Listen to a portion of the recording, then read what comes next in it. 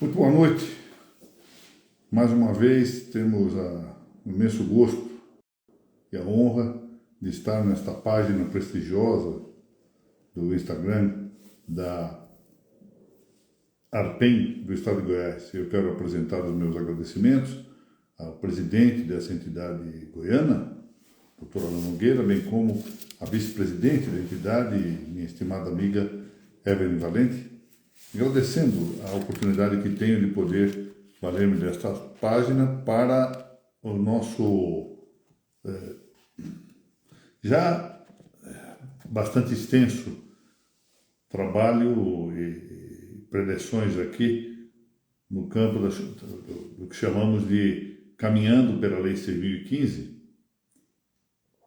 que foi uma sugestão de uma registradora civil lá do estado do Ceará, a doutora Thaís Castelo Branco, que tinha a ideia de que nós pudéssemos ir comentando passo a passo a Lei 6.015, tanto tempo já em vigor. E hoje chegamos ao artigo 70 da Lei 6.015, que trata do registro do casamento. E o interessante aqui, já desde logo, mencionar que esse artigo vem sucedido agora por uma novidade, que é a inclusão do artigo 70A, fruto da Lei 14.382, recente Lei 14.382, que entre algumas novidades, digamos, controversas, para dizer o menos, teve, a meu ver, essa feliz ideia de incluir o artigo 70A na Lei de Registros Públicos para permitir a conversão da união estável em casamento, ou seja, a matéria desse 70A. Nós vamos começar hoje a tratar do artigo 70, como sabemos, o 70 e o 70A tratam do assunto casamento. Então, o nosso tema central aqui é exatamente a questão do matrimônio, a questão do casamento. E como nós fazemos, o objetivo dessas aulas não é pura e simplesmente, boa noite, estimada amiga professora Cláudia, não é de modo algum simplesmente repetir o que está na lei, como se fosse fazer uma leitura da lei, mas exatamente como sugeriu a registradora Thaís Castelo Branco, bordear, ou seja, aproveitar e fazer algumas referências, relembrar coisas que às vezes esquecemos ao longo do tempo e que são úteis para dar uma certa densidade a esse conteúdo que é meramente regulativo, é uma simples regra e que convém preencher um pouco mais com aspectos substantivos. E aqui o tema central é exatamente do casamento, o matrimônio. É relevantíssimo dizer que a lei não só mantém nesse artigo 70 da Lei de Registros Públicos a importância que a ordem jurídica, a ordem social e a ordem política devem conceder à instituição do casamento, à instituição matrimonial, mas para mim é um motivo realmente de contentamento verificar que a Lei 14.382 cria mais uma norma ou uma regra benéfica à instituição do casamento, que é desse artigo 70A. Note-se aqui, isso é muito importante dizer, note-se aqui que o que faz o legislador brasileiro é contemplar, no que diz respeito à instituição matrimonial, aquilo que faz parte largamente da história do direito ocidental.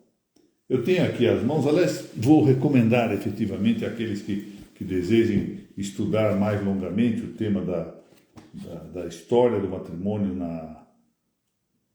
ao largo da civilização ocidental, esse livro muito interessante do Jean Godemé, que foi editado, a edição que eu tenho aqui é de 2012, essa aqui é 2012, mas tenho a impressão que a primeira edição dessa obra data de 1987. Chama-se O Casamento no Ocidente, Le Mariage en Occident. Aí está. Essa foi da editora Cerf, de Paris, né, de Cerf. E é realmente um livro muito interessante para contar a história do casamento na civilização ocidental. E aqui entra um tema que eu queria mencionar, porque nós, frequentemente, nos esquecemos quando tratamos desses assuntos, eles se tornam tão comuns na nossa praxe, né?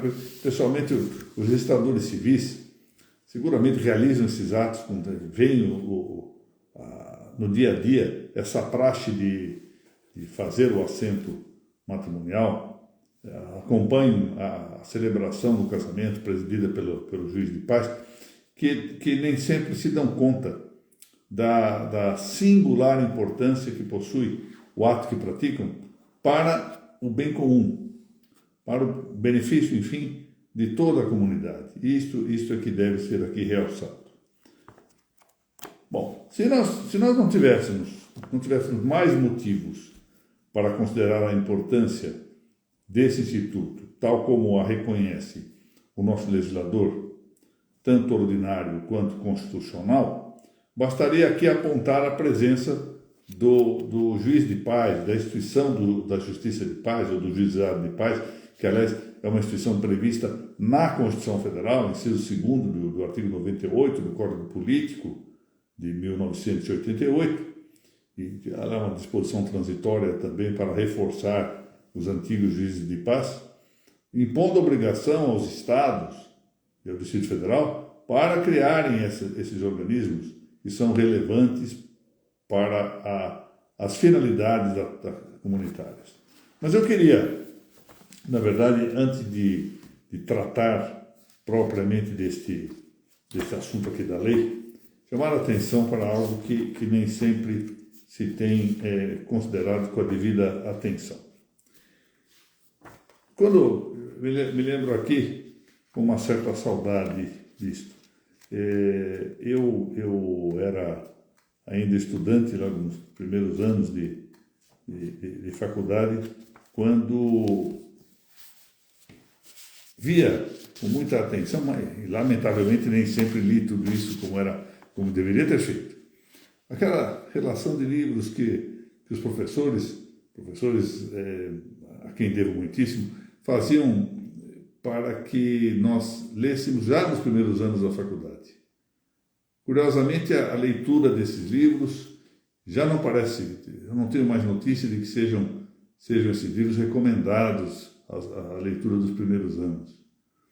Era assim, me recordo que na matéria de introdução ao estudo do direito, à ciência do direito, sempre se recomendava muito a leitura de um livrinho muito pequeno e muito valioso, de um autor francês chamado Claude de Pasquier. E para aqueles que tinham mais vocação de leitura, mais aptidão de leitura, sempre se sugeria aquela leitura que era imperdível de Vicente Rao, sobre a vida dos direitos. Há uma edição recente que tornou possível encontrar esse livro, que já estava esgotado, uma edição recente, relativamente recente, que foi anotada pelo saudoso Ovídio Sandoval Rocha Barros. Então, a leitura do Vicente Rao era algo imperdível. Como é que era possível não ler a obra daquele autor que muitos julgavam o maior jurista brasileiro de todos os tempos, Vicente Rao? Assim, por exemplo, afirmava José Pedro Galvão de Souza, o grande filósofo do direito, dizia: olha, o melhor jurista brasileiro em todos os tempos foi Vicente Rao. E nós temos esse livro e hoje em dia não o vejo sugerido a ninguém para leitura, especialmente durante o curso de Direito, que é a época própria para essas leituras, né? Pelo menos para uma primeira leitura. Depois se lê novamente o livro. Mas então, falando sobre isso exatamente, eu queria lembrar um desses livros que vem a propósito para nós considerarmos o tema do casamento. Era também um livro que os autores, que os professores sugeriam. Curiosamente, esse livro, que eu vou referir agora, foi sugerido em mais de uma cadeira. Tanto sugeria o professor de Direito Civil, quando ia tratar do direito de família, sugeria sua leitura também o professor de Direito Romano, a faculdade em que eu fiz havia o Direito Romano, importantíssima cadeira, e também eu sugeri o professor de Teoria Geral do Estado. Portanto, era uma obra muito sugerida para leitura nos primeiros anos da faculdade, uma obra que àquela altura não era fácil de se encontrar, havia a versão francesa, mas de uma leitura um tanto complexa, e nem sei se havia, na ocasião, a edição portuguesa, suspeito que sim.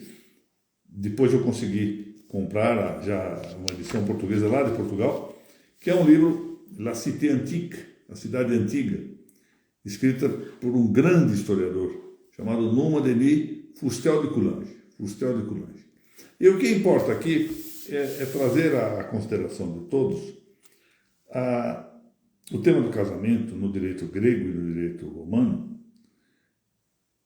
porque isto vai nos dar exatamente a conta, nesse momento, de alguns temas. Em primeiro lugar, por que é que o casamento continua sendo tratado nas ordenações positivas, e não só no mundo ocidental, também no mundo oriental, com empenho pelos legisladores. Aqui valeria a pena fazer um parênteses para dizer que depois num período da Revolução Soviética, lá em 1917, se ter tentado exterminar com a instituição do casamento, voltou-se atrás e o Estado começou a fomentar, a estimular a estabilidade do matrimônio, exatamente porque percebeu a importância do casamento para a vida social, para a vida comunitária. E se nós fôssemos ainda prosseguir um tanto mais nisso, vamos apontar um outro significado nessa proteção. E isto vem de que, como diz Fustel de Coulanges, embora não tenha sido a religião, no caso a religião pagã, quem tenha criado a família, foi exatamente a religião pagã que deu as leis da família, que deu as regras da construção familiar. Portanto, o mundo antigo, estamos falando de um período anterior até mesmo ao cristianismo, tinha exata noção da importância do matrimônio para a ordem social, para a ordem política, para a paz na vida comunitária. Ou seja, paz que só pode ser obtida com a tranquilidade na ordem. Então, isso deve ser aqui realçado. Tanto é que, por exemplo, se vamos estudar as clássicas definições de casamento, vamos encontrar como possivelmente a mais famosa, a mais consagrada, talvez a mais autorizada, exatamente a proferida por Modestino, que era um jurisconsulto romano, pagão, anterior ao cristianismo. O que o cristianismo fez foi tornar o matrimônio um sacramento. Isto sim. Mas veja que, de certo modo, como eu vou narrar aqui, contar a vocês um pouco aqui dessa obra do Fustel de Coulanges, certas coisas sacramentais já estavam presentes até mesmo nessa instituição pagã. Aqui sacramentais no sentido de solenes, de rituais, litúrgicas, não propriamente do sacramento cristão. Mas já estavam presentes nessas instituições pagãs, tanto na Grécia quanto em Roma. E a pergunta é, por que isto? Por que isto se deu? Como isto aconteceu? Bom, Fustel de Coulanges diz que tanto na Grécia quanto em Roma, a primeira instituição estabelecida pela religião doméstica foi o casamento. O que é essa religião doméstica? Além da religião pública, referente aos deuses que, segundo os gregos e romanos, estavam nos céus, havia a religião doméstica, a religião dos lares. E cada família tinha seus próprios deuses domésticos. De maneira que esse é o ponto. A mulher vivia na família do pai, e ali na família do pai, ela cultuava, fazia a impetração correspondente, o agradecimento correspondente, o louvor que cabia, os deuses lares, ou seja, os penates, ou deuses domésticos, que eram deuses só dessa família, só podiam ser invocados por essa família. Ali estavam os ancestrais dessa família, a quem, portanto, todos os familiares podiam invocar. Portanto, a mulher tomava parte no culto, com tudo que cabia, exatamente assistindo aos atos religiosos do seu pai. E aí, isto é que se dá com a importância que terá o casamento e o fundo significado que isso representa para a comunidade e para a vida pessoal, especialmente da mulher. Não só da mulher, nós veremos em seguida que também isso diz respeito ao homem, ao marido, mas muito mais à mulher. O que acontece? Quando a mulher deve casar-se, vai casar-se, vamos supor assim, aliás, é um exemplo que o Fustório de Coulanges dá para caracterizar. Vamos para uma casa, por exemplo, em Atenas ou em Roma, e lá vive uma família, tem o seu pater familia, que é o chefe da família, e lá então eles vão celebrar o culto religioso dos deuses domésticos. Muito bem. Ali tem o altar, tem lá as figuras dos ancestrais dessa família, e eles fazem todo o culto, impetrações e adorações e tudo, a esses deuses. Sem prejuízo de que possam eventualmente comparecer também às basílicas, onde celebravam cultos públicos, como eu disse, dos deuses pagãos que eles opinavam estar nos céus. Muito bem. Essa mulher, essa moça que estamos referindo, que vivia, portanto, na casa do seu pai, que fazia, pois, os seus cultos, os seus pedidos junto à casa do seu pai, em determinado momento conhece o vizinho e vai casar-se com ele. O que representa esse casamento? Notem bem. O casamento representa exatamente a mudança da religião da mulher. Ou seja, a mulher que a vida inteira, desde os seus primeiros anos de meninice, passando por seu período de adolescência, estava acostumada com um determinado culto religioso, o culto dos deuses lares da sua família, do seu pai, etc., vai mudar de família. E ao mudar de família, ela é levada a mudar de religião. E isso se faz de uma maneira bastante solene, como nós veremos, e que nos dará certos sinais que se repetem até hoje, se repetem realmente em nossos dias. Então, essa passagem da mulher da religião antiga para a religião nova, que se dá com o casamento, ela se divide em 3 fases, assim no direito grego e depois também no direito romano. No direito romano, nós temos uma primeira fase chamada de traditio, entrega, numa segunda fase se chama deductio in domum, e a terceira fase é a confarreatio. Vamos ver o que é que cada um representa e vamos começar a ver que há certos sinais muito, muito próximos do que acontece também em nossos dias. Muito bem. A traditio, a primeira fase do casamento em Roma, mas notem que 2 coisas aqui, isso também ocorre na Grécia. Não tem esse nome, que é um nome latino, traditio, mas também ocorre na Grécia. E segundo, pode haver aqui e ali, ao longo do tempo, uma pequena mudança na cerimônia. Bom, pela traditio, a palavra traditio, traditiones, significa entrega. O pai, que é o chefe da família da noiva, portanto o pai da noiva, que é o chefe de sua família, é aquele que exerce a função sacerdotal junto aos deuses domésticos, entrega a filha ao noivo. Essa entrega significa que ela está destituída da sua religião inaugural. Notem, quem tem, por exemplo, algum credo religioso, saberá dizer o quanto isso importa, seja o aspecto central da nossa vida.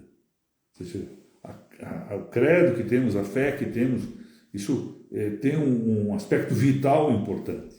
Então imagine o que isso representava para uma filha, a vida inteira, cultuando, impetrando, agradecendo, louvando um Deus determinado, um conjunto de deuses determinados, os deuses lares, os penates. Ela vai abandonar tudo isto e vai passar por uma outra religião. Se hoje em dia a apostasia de uma religião e a entrada noutra representa sempre algo, de algum modo, suposta seriedade do ato, algo vitalmente importante, uma experiência vital de grande importância, imagine o que era aquilo naquele momento com a solenidade com que o ato se praticava. Então, a primeira parte estava nisso. O pai entregava a filha ao noivo. O noivo a recebia, certo? E encerrava a tradição. Aí iniciava a segunda parte. Aí que é interessante. Isso chamava-se deductio in domum. Ou seja, a noiva tinha que entrar na casa do noivo. E como ela fazia isso? Reparem que agora nós vamos encontrar alguns elementos típicos já que vinham do direito antigo. Porque se na tradição nós reconhecemos muitas vezes o fato, por exemplo, vamos a uma cerimônia religiosa, o pai entra com a noiva. Não é isso que se dá? E o que faz o pai quando chega ao altar, ao pé do altar, uma cerimônia religiosa? Entrega a noiva para o noivo. É exatamente isso que estava há 20 e tantos séculos. Já se fazia isso, só que se fazia junto ao altar doméstico, ao altar do Deus lar do pai da noiva, da família da noiva. É a mesma tradição que nós temos hoje, quando o pai ingressa com a filha, por exemplo, numa igreja, e lá à frente entrega a filha para o noivo. Bom, mas a segunda fase é também característica, porque a mulher, a noiva, não é? Sai da casa do pai, normalmente com um véu, vestida de branco. Por quê? Porque os atos mais solenes dessas religiões domésticas eram realizados deste modo, com a roupa branca. A roupa branca sempre foi significativa da pureza. E era essa a ideia. Então ela era vestida de branco, como hoje nós temos a noiva vestida de branco.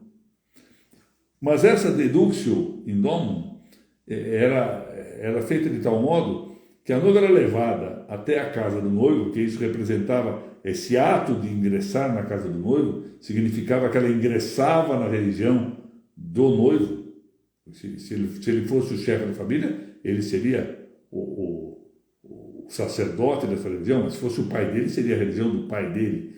Ela abandona os seus deuses e vai juntar-se a outro. E quando ele deve entrar com a noiva na casa dele, né, por isso que é deductio in domum, ele deve carregá-la, porque ela não, segundo os gregos e os romanos, ela não podia pisar na soleira da porta. Não era possível que ela pisasse, tinha que evitar. Daí vem esse hábito, que se manteve até os nossos tempos, né, de o noivo carregar a noiva. Em determinado momento, ele tem que carregar, ingressar com a noiva na casa, carregando. Isso tem 2000 e tantos anos de história esse ato. Bom, ingressando na casa do noivo, ela aí tem uma série de outras cerimônias aí intermédias.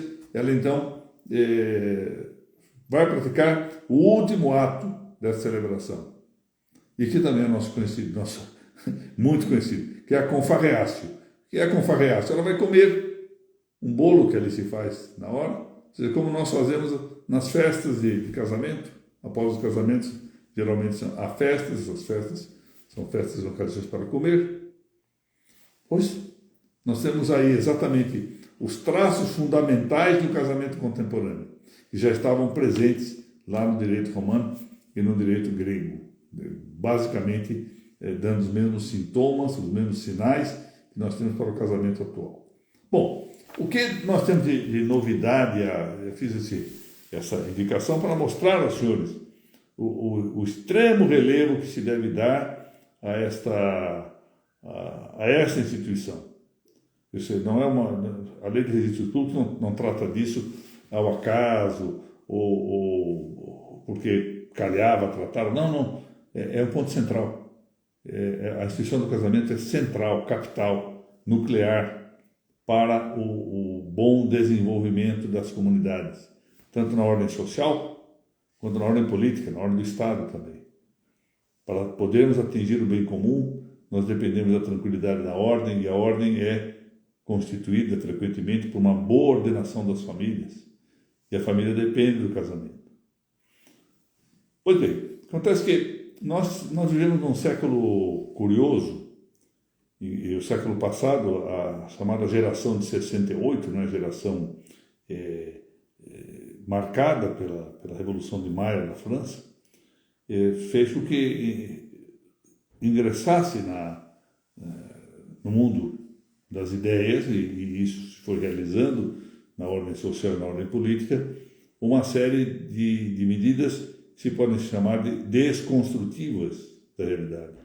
Foram destruidoras da realidade, destruidoras das instituições que vinham sendo entregues gerações após gerações, e isso levou, portanto, também, não era possível deixar de ser assim, que o casamento sofresse um esvaziamento. Esvaziamento de várias ordens. Em primeiro lugar, lembremos que esse esvaziamento toca a própria existência e os atributos do casamento. A primeira coisa que se dirigiu contra o casamento foi afetar a existência, o que se fez frequentemente pela pregação à altura do amor livre. Como isso acabou gerando muitos problemas, porque esse amor livre levava a uma certa anarquia, especialmente no campo da educação da prole, da manutenção da prole e do regime patrimonial de bens nessas uniões. Foi muito curioso que esses mesmos adeptos da união da chamada amor livre eram os que queriam que houvesse alguma regulamentação para o amor livre, porque ele deixava de ser verdadeiramente o tal amor livre pregado pela Revolução de Maio de 68. Mas um pouco mais sutil, e nesse aspecto talvez com mais efeitos de esvaziamento do casamento, porque isso se esvaziava tanto quanto a existência, quanto aos seus atributos, né? Indissolubilidade, monogamia.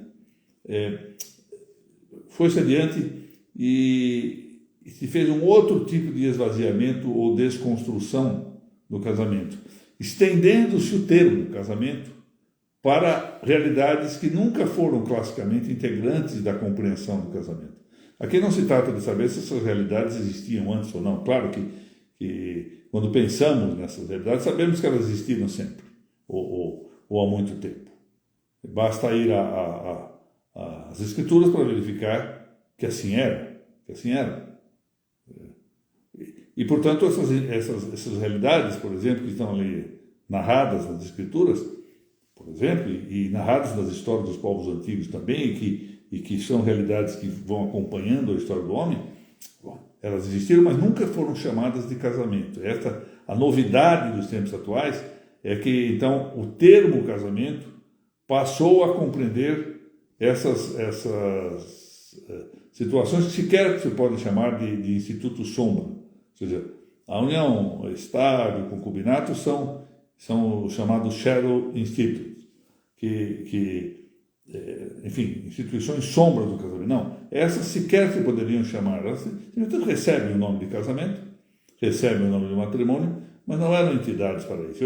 Hoje em dia, por exemplo, já há notícias, é fácil verificar isso até na rede eletrônica, existem vários e vários episódios de casamento de pessoas com coisas, de pessoas com animais, de pessoas com partes do próprio corpo, não é? Pessoas que se casam com a própria mão, ou que se casam com o pé, coisas assim, coisas do gênero, porque se exalta a chamada liberdade negativa, a autonomia absoluta do ser humano de criar as suas leis.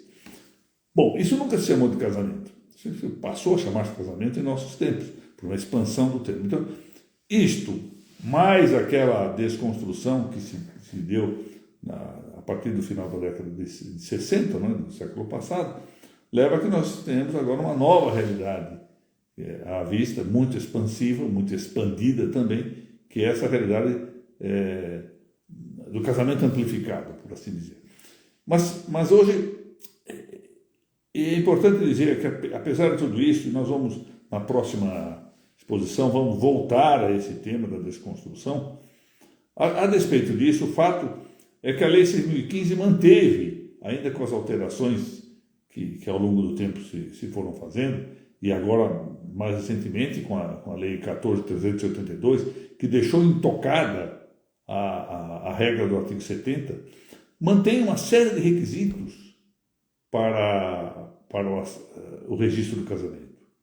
E entre esses requisitos, veja lá, se nós lembrarmos ainda da exposição feita nas semanas anteriores a respeito do processo de habilitação matrimonial, nós vamos encontrar exatamente os requisitos dos impedimentos, a forma como o ato deve ser realizado, o cuidado que se tem também quanto ao regime patrimonial de bens, ou seja, uma série de medidas de natureza pública que são medidas protetivas do matrimônio. O que põe à mostra que, a despeito de toda a desconstrução ideológica por que passa a instituição matrimonial, o fato é que o legislador se preocupa e sabe que tem que tomar medidas protetivas da instituição do casamento. Por que essas medidas são importantes para... Boa noite, doutora Mônica. São importantes para a consecução do bem comum, para que se realize o bem da comunidade. Volto a dizer, tanto para a ordem social quanto para a ordem política. Então, isso tem extrema relevância e nós vamos ver que isso se projeta até mesmo em relação ao artigo 70A, criado com a Lei 14.382. Como eu disse ao início aqui da nossa exposição, nem tudo dessa Lei 14.382 pode dizer-se controverso ou pode dizer-se criticável. Há coisas boas nessa lei também. E entre essas coisas boas está esse artigo 70A, que dá cumprimento a uma sábia observação da Constituição Federal a respeito da conversão da união estável em matrimônio, que talvez nunca se tenha entendido como um fomento a essa conversão, mas se entendeu, a meu ver, de maneira inadequada, como uma espécie de equivalência entre a união estável e o casamento. E esse artigo 70A exatamente impulsiona no sentido adequado, ou seja, de converter a união estável em matrimônio, em casamento.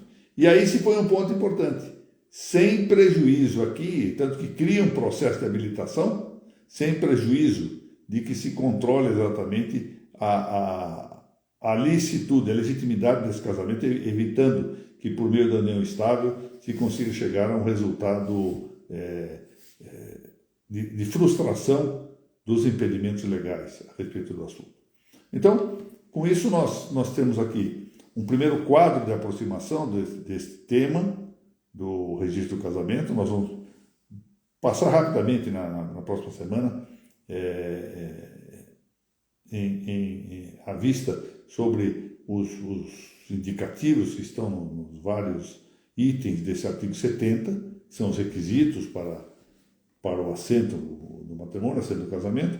Mas mais importante do que esses requisitos, isso é uma questão, por assim dizer, uma questão de checklist, verificar o que tem que ser feito e o que não tem que ser feito. Mais importante é que nós consideremos o tema de fundo, ou seja, a própria instituição matrimonial que está sendo efetivamente efetivada e protegida graças ao registro civil das pessoas naturais. Eu tenho muitas vezes feito esta observação que nem sempre é aplaudida por outras classes aí do extrajudicial, de que o registro civil das pessoas naturais é, sem dúvida nenhuma, o mais relevante do ponto de vista social e político dos vários registros públicos que temos. Não são só esses 4 que estão na lei.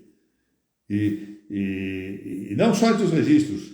Julgo mesmo que nesse aspecto, o registro civil leva vantagem até mesmo sobre as instituições notariais, instituições tabeliosas, de protesto e de notas. Por quê? Porque ela visa mais proximamente a realização do bem comum. E aqui, de maneira muito especial, pela proteção, pelo fomento e proteção que concede a instituição do casamento. Então, portanto, nós na próxima exposição vamos nos deter mais uma vez a falar sobre, agora de maneira um pouco mais particular, pontualizada, sobre o tema da desconstrução ou esvaziamento da instituição matrimonial, e passaremos em rápida análise os vários itens desse artigo 70 e vamos começar pelo menos o exame do artigo 70A, sobre o qual eu quero deter-me um tanto, que essa é uma novidade legislativa. Portanto, fica inaugurado aqui o capítulo do tema do casamento.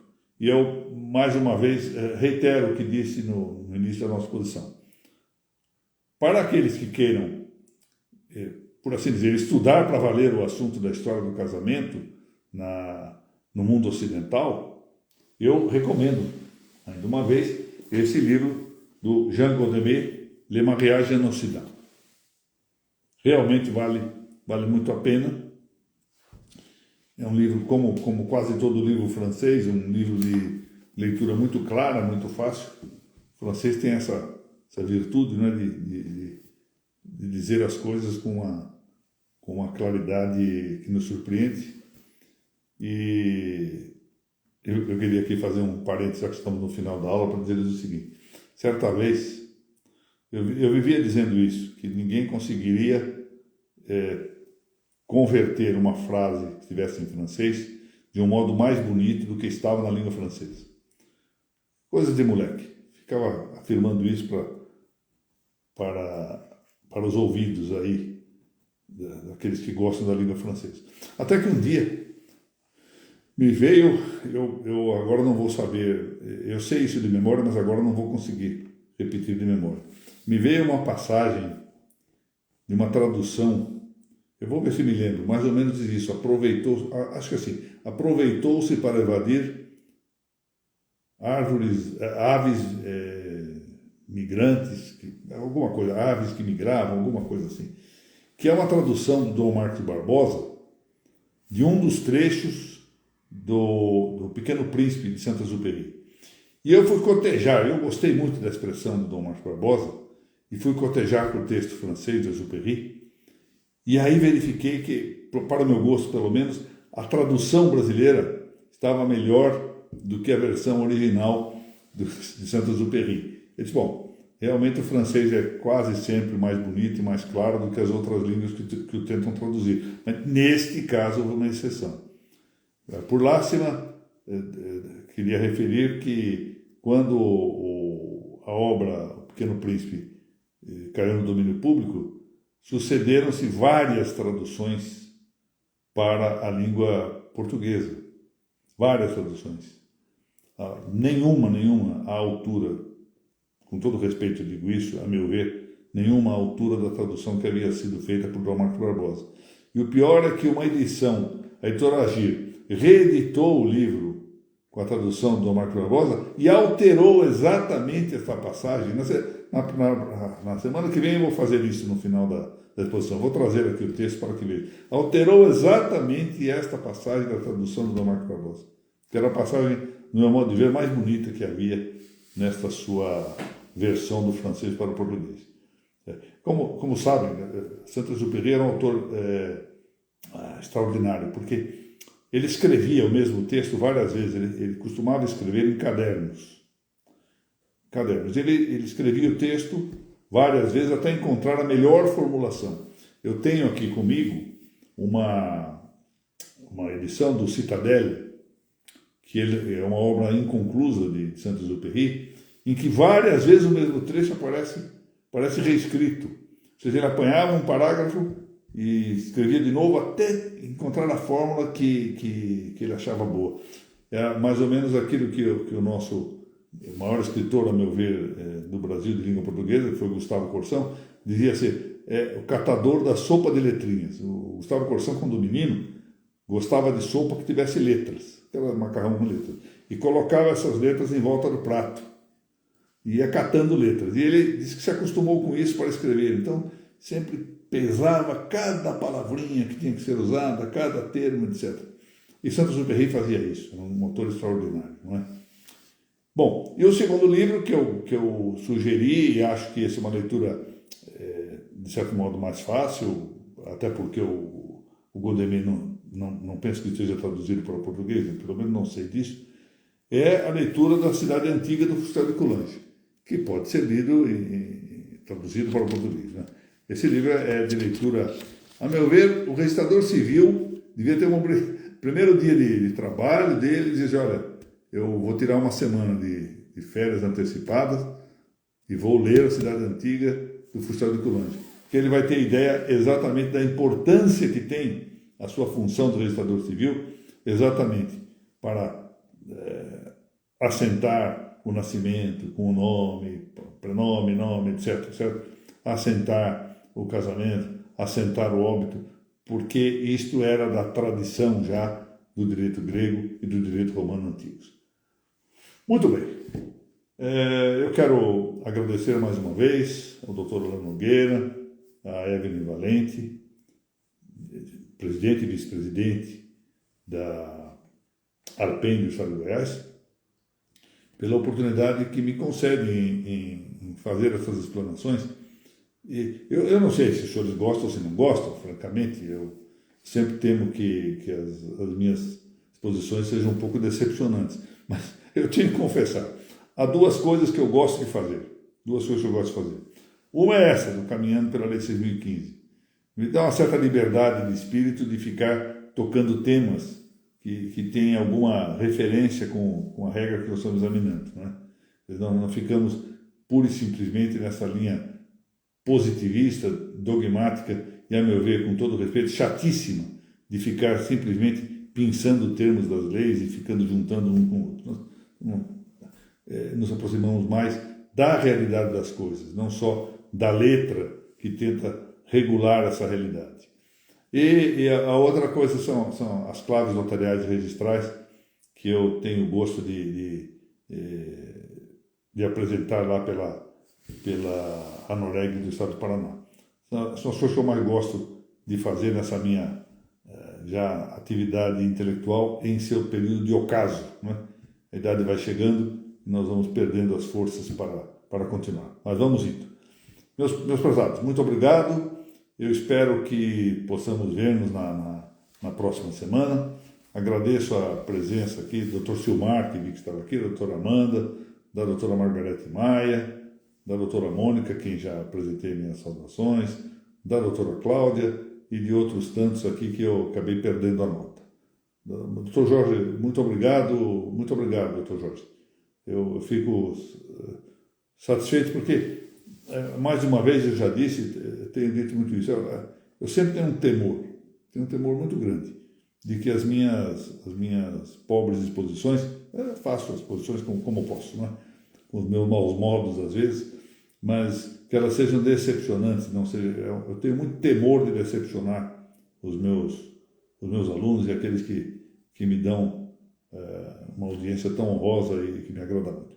Muito obrigado a todos e nos vemos daqui a 15 dias nesta página do Instagram da ARPEN do Estado de Goiás. Muito obrigado.